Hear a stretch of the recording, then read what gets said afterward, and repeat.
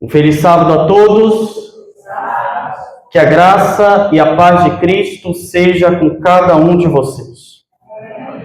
Irmãos e amigos, eu gosto de dizer que um dos maiores inimigos de um pregador é o tempo. E o meu amigo aqui está de prova, é um pregador do Evangelho. O tempo é um dos maiores inimigos do pregador. São exatamente, irmãos, 11 horas e 16 minutos. E eu quero pedir, por favor, a paciência dos irmãos. Porque esta mensagem, ela precisa ser pregada. Porque quando o irmão entrou em contato comigo, era para eu trabalhar tanto pela manhã quanto pela parte da tarde acerca da chuva temporã e também da chuva serôdia. Mas como houve esta programação, aí eu falei para o irmão, olha, eu não vou poder pregar as duas mensagens, ou escolher uma mensagem para ser pregada, porque elas precisam serem abordadas no mesmo dia, para que não fique nenhuma dúvida. E aí eu estava disposto a pregar uma outra mensagem.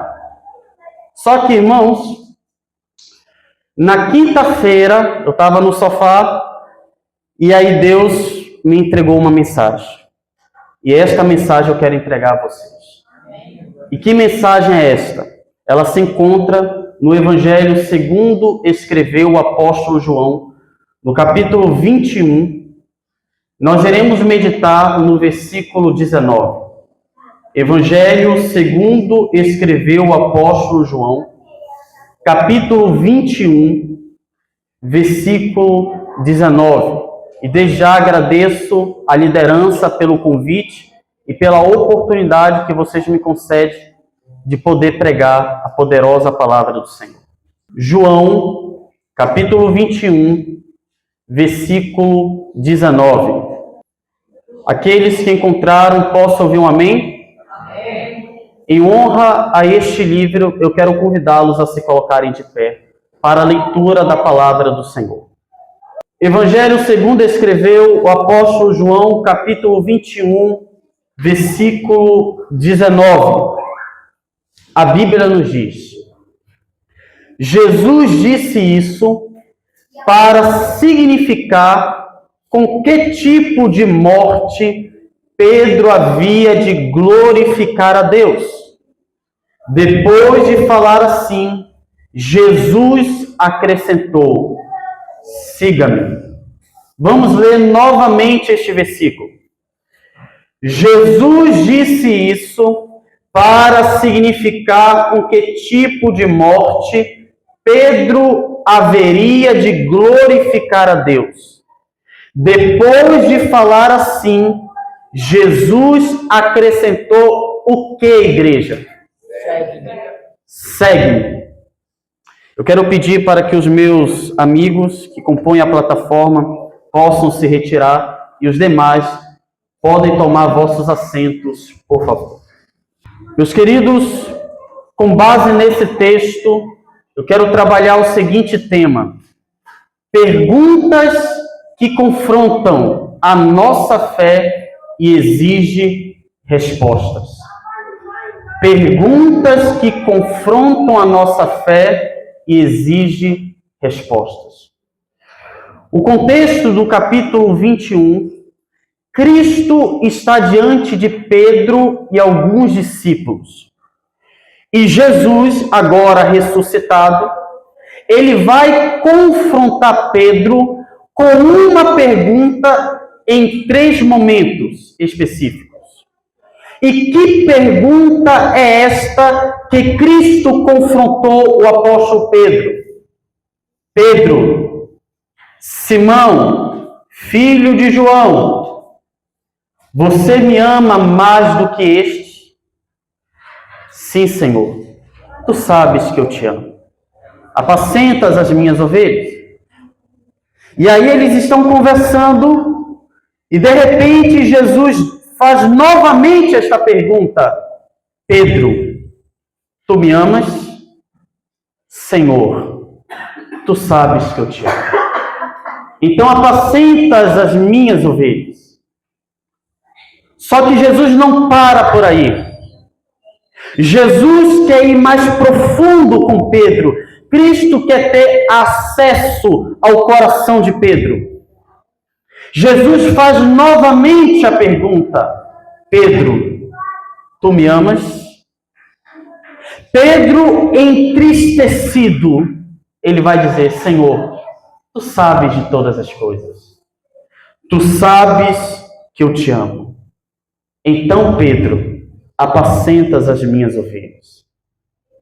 No versículo 18, Jesus faz uma profecia do que aconteceria com Pedro, por ele amá-lo. Jesus vai dizer no versículo 18: em verdade lhe digo, que quando era mais moço, você se cingia e andava por onde queria. Mas, quando você for velho, estenderá as mãos e outro cingirá e o levará para onde você não quer ir. Então, o apóstolo João, que escreve o Evangelho, ele vai nos dar um vislumbre do que estaria por trás destas palavras ditas pelo nosso mestre. E aí João, no versículo 19, ele vai nos dar o sentido dessas palavras. Jesus disse isso para significar com que tipo de morte Pedro haveria de glorificar a Deus.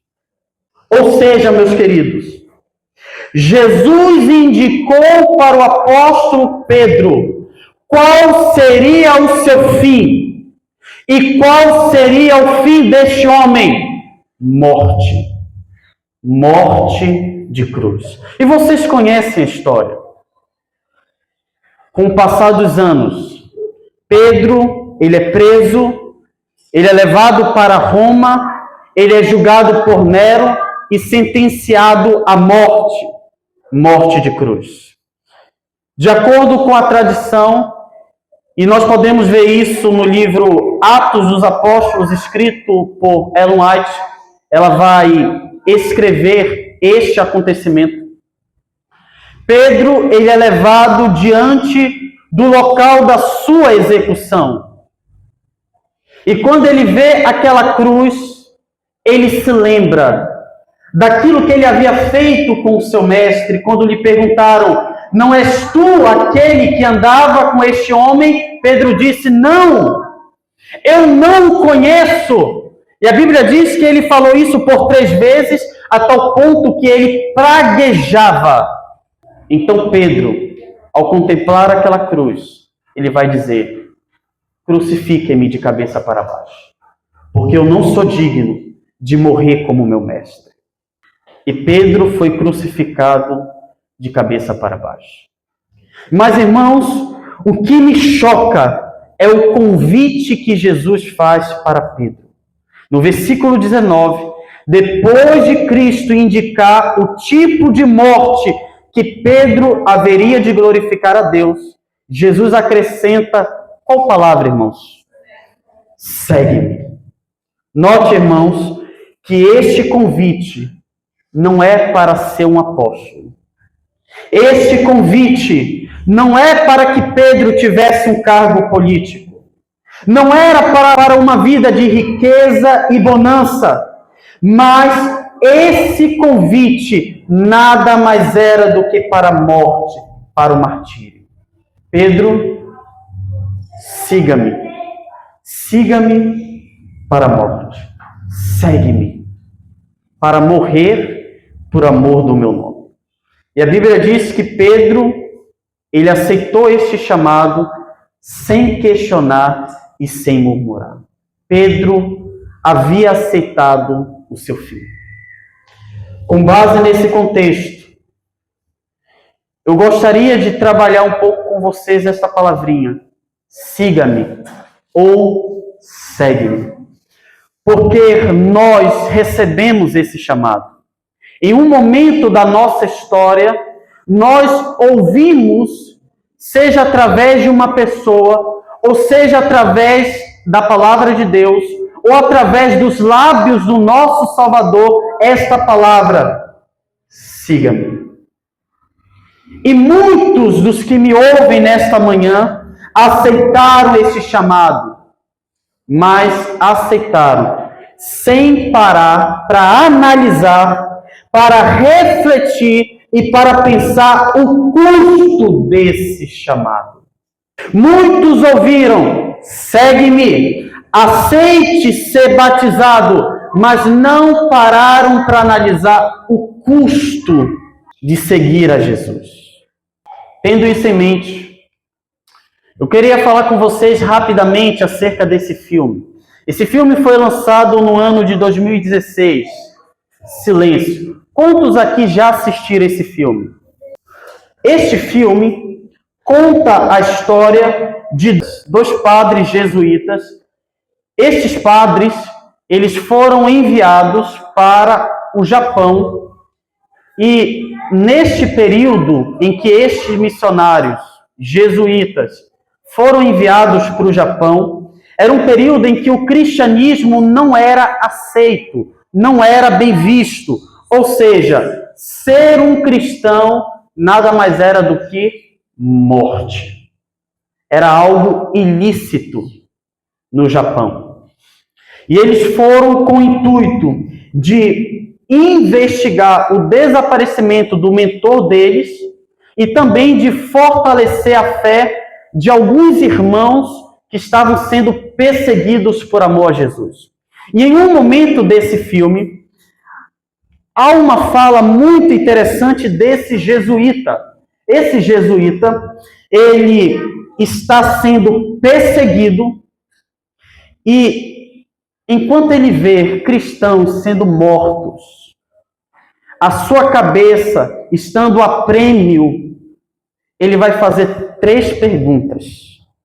A primeira pergunta, como vocês podem ver, é a seguinte: o que eu fiz por Cristo? Ele está sendo perseguido por amor ao Evangelho, por amor a Jesus. Ele aceitou o convite de seguir o Salvador. Mas em meio à pressão, ele se questiona: o que eu fiz por Cristo? Segunda pergunta: o que eu estou fazendo por Cristo? E ele encerra a cena fazendo a terceira pergunta: o que farei por Cristo? O que eu fiz por Cristo? O que eu estou fazendo por Cristo? E o que farei por Cristo? O tema é perguntas que nos confrontam e que exigem uma resposta. E estas perguntas, o meu objetivo é fazer com que estas perguntas venham confrontar você. E estas perguntas necessitam de uma resposta honesta. Primeira pergunta que eu quero trabalhar com vocês: o que você fez por Cristo? Esta pergunta nos confronta, sim ou não, irmãos? O que eu fiz por Ele? Não basta dizer, eu amo a Jesus. Não basta eu andar pelas ruas com uma camisa dizendo, eu sou um seguidor de Jesus. Eu sou um discípulo de Jesus. Eu sou um adventista do 7º dia. Não basta dizer que você ama Jesus. Você deve mostrar através das suas obras que você ama Jesus. Esta pergunta está atrelada ao passado. Porque, irmãos, aqui nesta igreja, tem pessoas com 10, 15, 20, 30, 60 anos de adventismo, mas que não fizeram nada por Jesus e nem pela sua obra.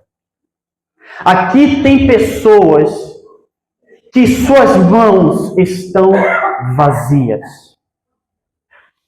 A olharem para suas mãos, a olharem para suas obras, são vazias. São pessoas que não podem oferecer nada para Deus.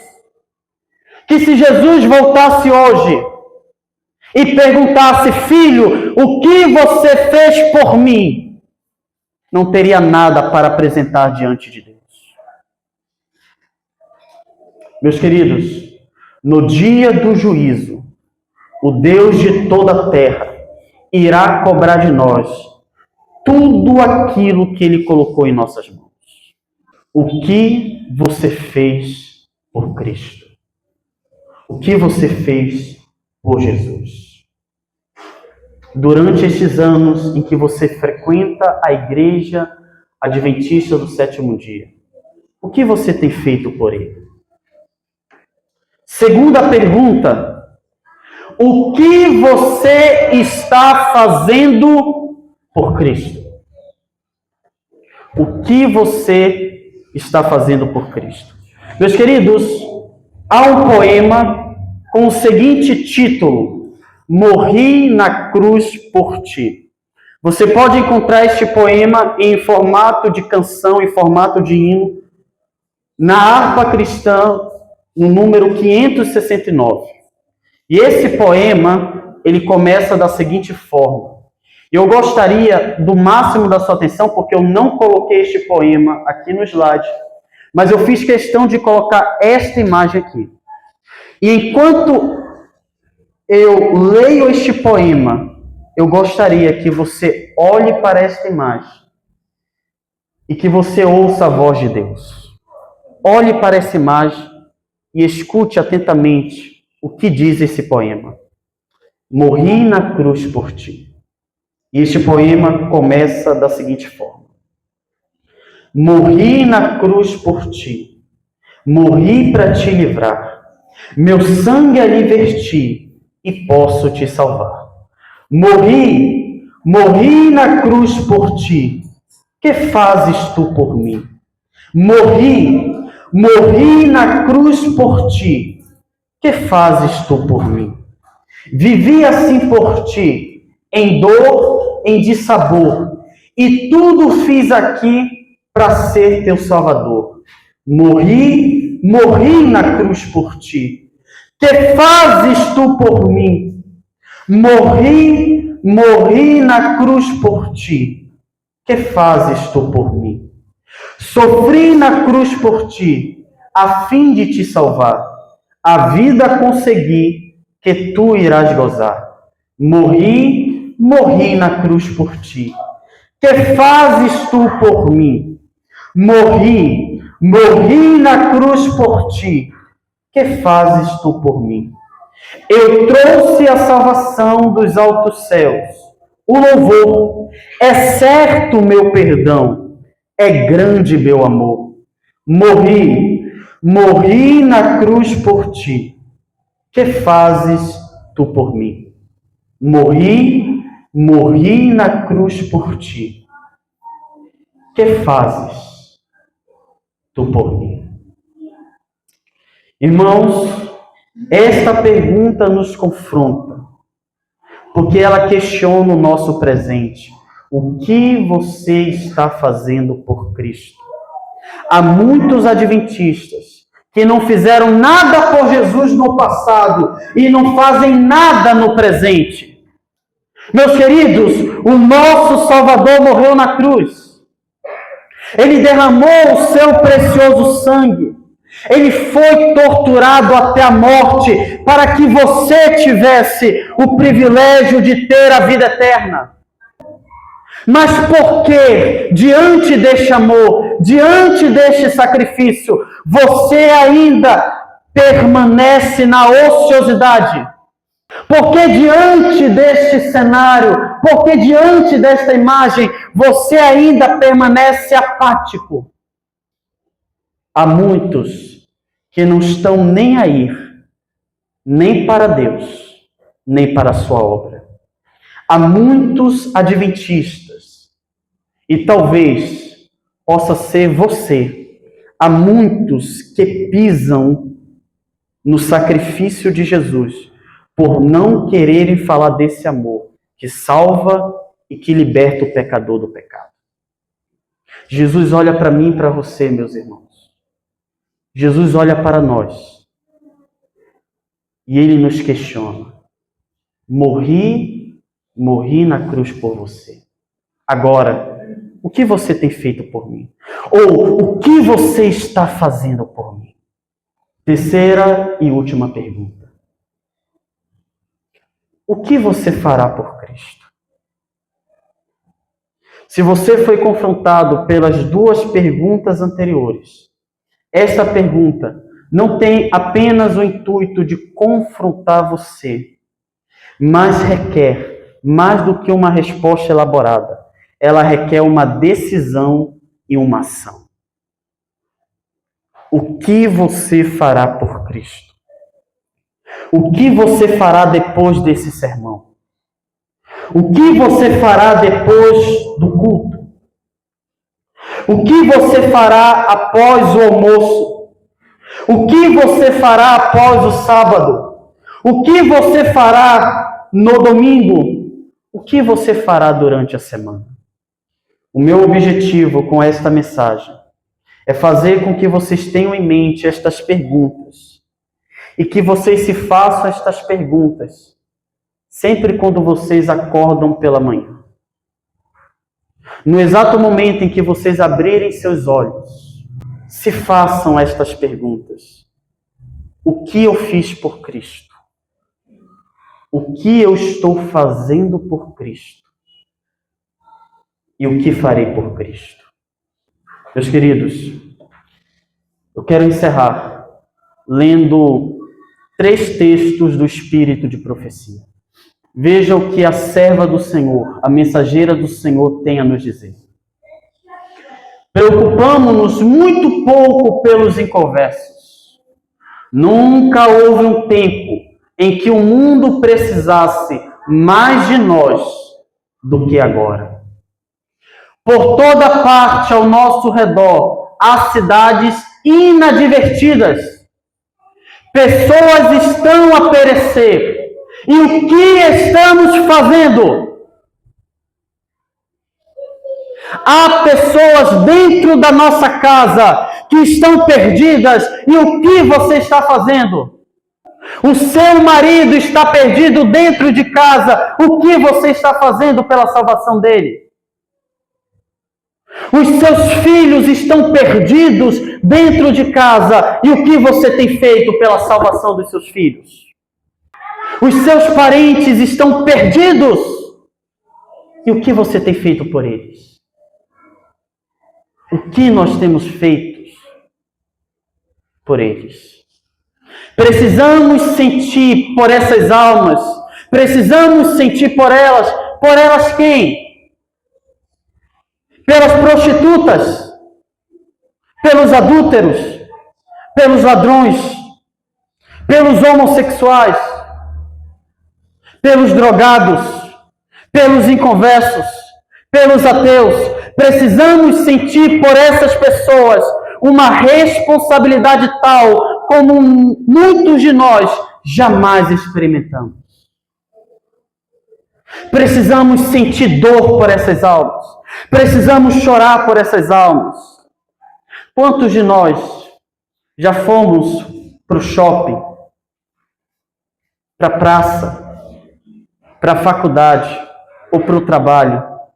Já veio na sua mente que muitas daquelas pessoas estão perdidas e que, se não ouvirem a mensagem do Evangelho, a mensagem que liberta, serão lançadas no lago de fogo e enxofre, juntamente com Satanás e seus anjos?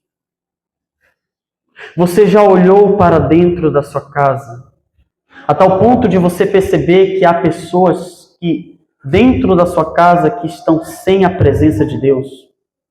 E que elas ouvirão dos lábios do Salvador: apartai-vos de mim, malditos, para o fogo eterno. Irmãos, precisamos sentir por elas, por essas almas, uma responsabilidade tal como muitos de nós jamais experimentamos. Mal chegamos a crer nessas verdades, diz ela. Se o fizéssemos, haveria mais oração e diligência em procurar levar pessoas à verdade. Aos habitantes, em procurar levar essas verdades aos habitantes das cidades de nossa terra. Deus nos chama em que momento, irmãos? Deus nos chama em que momento, irmãos? Agora, para uma sólida obra nas cidades. O que você fez por Cristo, o que você está fazendo por Cristo e o que você fará por Cristo, mas a serva do Senhor diz, o que você irá fazer agora por essas almas? Nossa alta vocação, página 213, Ellen White diz, o fim de todas as coisas está às portas. O que temos feito não deve significar o fim de um período para a nossa obra. O capitão de nossa salvação diz, avançai, avançai, a noite vem quando ninguém pode trabalhar. João 9,4. Constantemente devemos aumentar em utilidade. Nossa vida deve sempre estar sob o poder de Cristo. Nossas lâmpadas mantidas ardendo brilhantemente. Aquele que se coloca onde Deus pode iluminá-la, avança, onde quer que seja, da parcial obscuridade do amanhecer, à completa resplandecência do meio-dia. Porque o nosso Salvador diz, avancem, avancem, avancem, avancem. Porque o nosso Salvador nos confronta nesta manhã, irmãos. Porque o fim de todas as coisas está próximo. A porta da graça pode se fechar a qualquer momento. E quando a porta da graça se fechar, então irá se cumprir o que diz a palavra do apóstolo João. Que o imundo continue na prática da sua imundície. Que o santo continue a santificar-se. Vida eterna ou morte eterna. Céu ou inferno. Deus ou Satanás. Anjos ou demônios. Quando a porta da graça se fechar, não haverá mais tempo para pregar o Evangelho e nem para tomar uma decisão. É por isso que o Mestre, aquele que morreu na cruz por nós, diz, avancem, avancem, avancem, porque o tempo é curto. E não há quem possa pregar. Meus queridos, último texto. E antes de lê-lo, eu preciso falar do contexto. Esse texto nada mais é do que algo que Ellen White escreveu para os adventistas de Battle Creek. Porque esses adventistas, eles não estavam nem aí para os pecadores do território sulista, da parte sul dos Estados Unidos da América. Então ela escreve falando para esses adventistas que não estavam nem aí para o Evangelho, nem para a causa de Deus, a importância deles avançarem nesta obra. E eu quero pegar esta passagem, este texto, e aplicar para os nossos dias. Porque estas palavras, elas chamam a atenção dos adventistas desta igreja, que não estão nem aí para os pecadores do seu bairro, do seu estado e do seu país. E a serva do Senhor diz o seguinte: o que estamos fazendo nós em favor do campo sulista? Substitua este termo sulista pelo estado do Pará. O que estamos fazendo nós em favor do estado do Pará? O que estamos fazendo nós em favor do Brasil? O que estamos nós fazendo por aqueles que fazem parte do nosso bairro, da nossa comunidade? Tenho ansiosamente esperado que algum plano seja estabelecido para resgatar os pecadores negligenciados daquele campo. Mas não vejo uma disposição ou uma resolução para se fazer alguma coisa. Então, meus queridos, a dificuldade que a igreja hoje enfrenta dos irmãos se envolverem na causa de Deus, na obra de Deus, essa dificuldade não faz parte dos nossos dias apenas. Mas no passado era assim. Muitos adventistas não estavam nem aí, nem para Deus e nem para a sua obra. E ela diz, talvez tenha sido planejado algo que eu não tenha visto. Assim espero, e glória seja dado ao Senhor se for assim. Mas, embora durante anos nosso dever tenha sido apresentado de uma maneira decidida, ainda assim o campo sulista só foi tocado com as pontas de nossos dedos. Mesmo que tenhamos feito algo em prol do nosso estado e da nossa cidade, mas ainda tocamos o nosso estado e as nossas cidades apenas com as pontas do nosso dedo, ou seja, ainda mais por fazer na obra de Deus.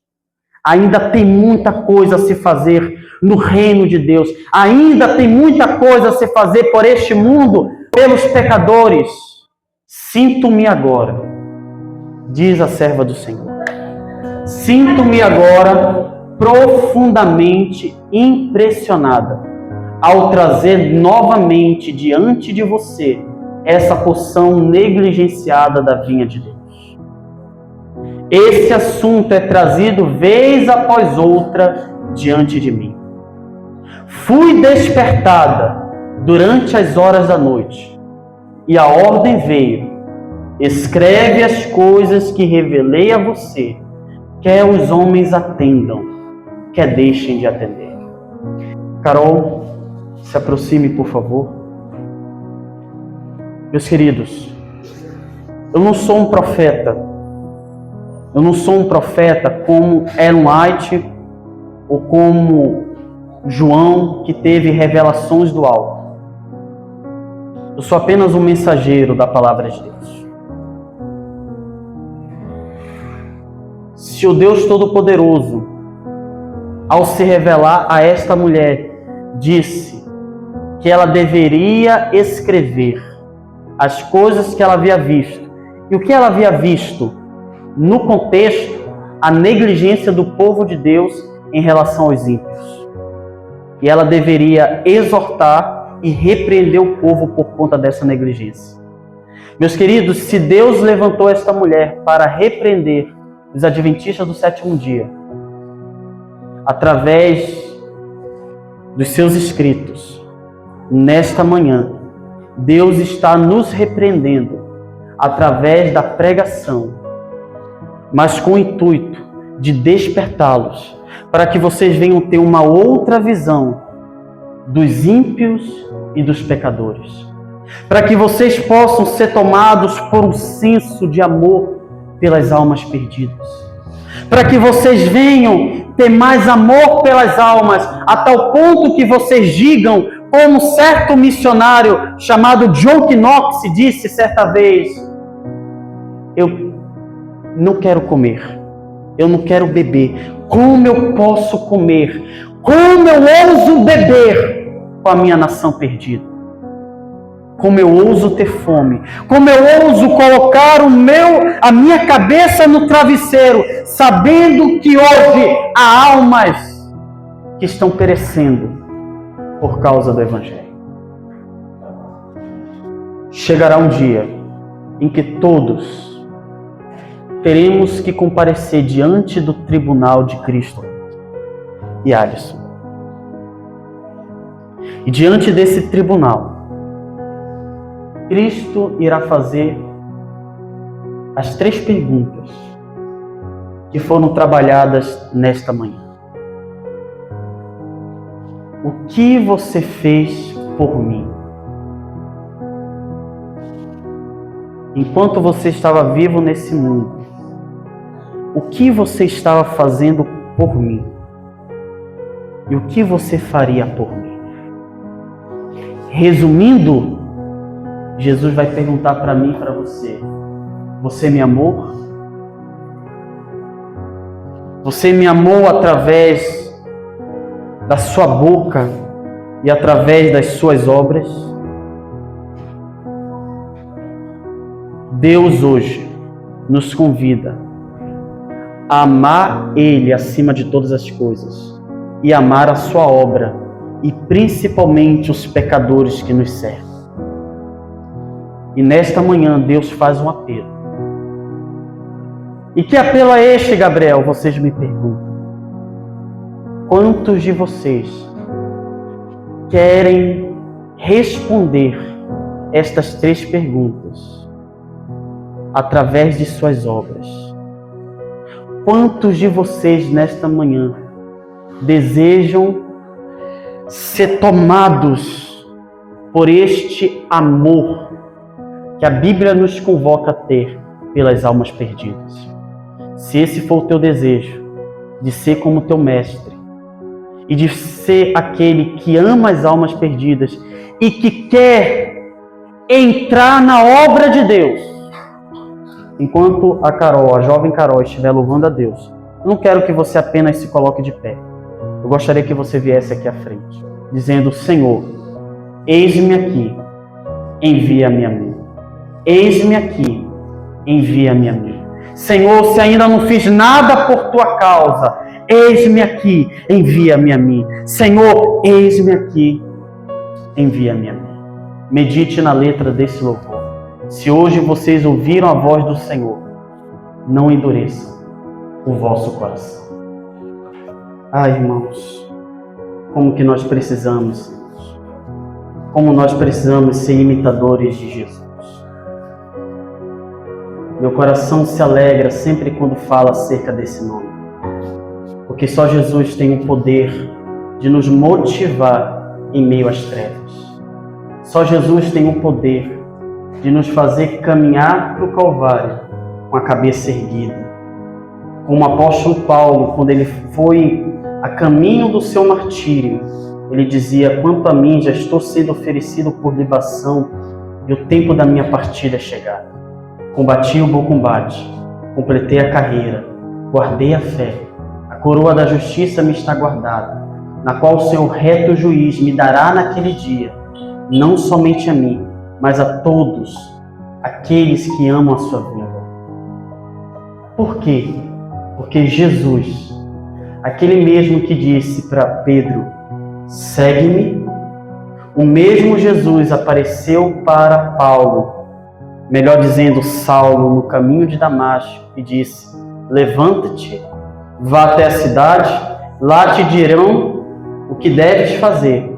E aí, quando Ananias estava indo em direção à estalagem onde Saulo se encontrava, e Ananias questionando: mas Senhor, aquele homem é um homem perverso, é um assassino. Jesus disse: ele para mim é um vaso escolhido. Para você é um assassino, para mim é um vaso escolhido. Ele levará o evangelho aos gentios, aos reis, aos filhos de Israel, e ele saberá o que é padecer pelo meu nome. E a pergunta é: e nós? Nós não somos diferentes de Paulo. O mesmo chamado que Deus fez a Pedro para o martírio, o mesmo chamado que Deus fez para Paulo para o martírio, é o mesmo chamado que Ele faz a mim e a você. Mas antes do martírio, tem a sua obra. E qual é a nossa obra, irmãos? Buscar os pecadores. E louvado seja Deus, porque vocês tomaram a decisão de serem imbuídos por este amor.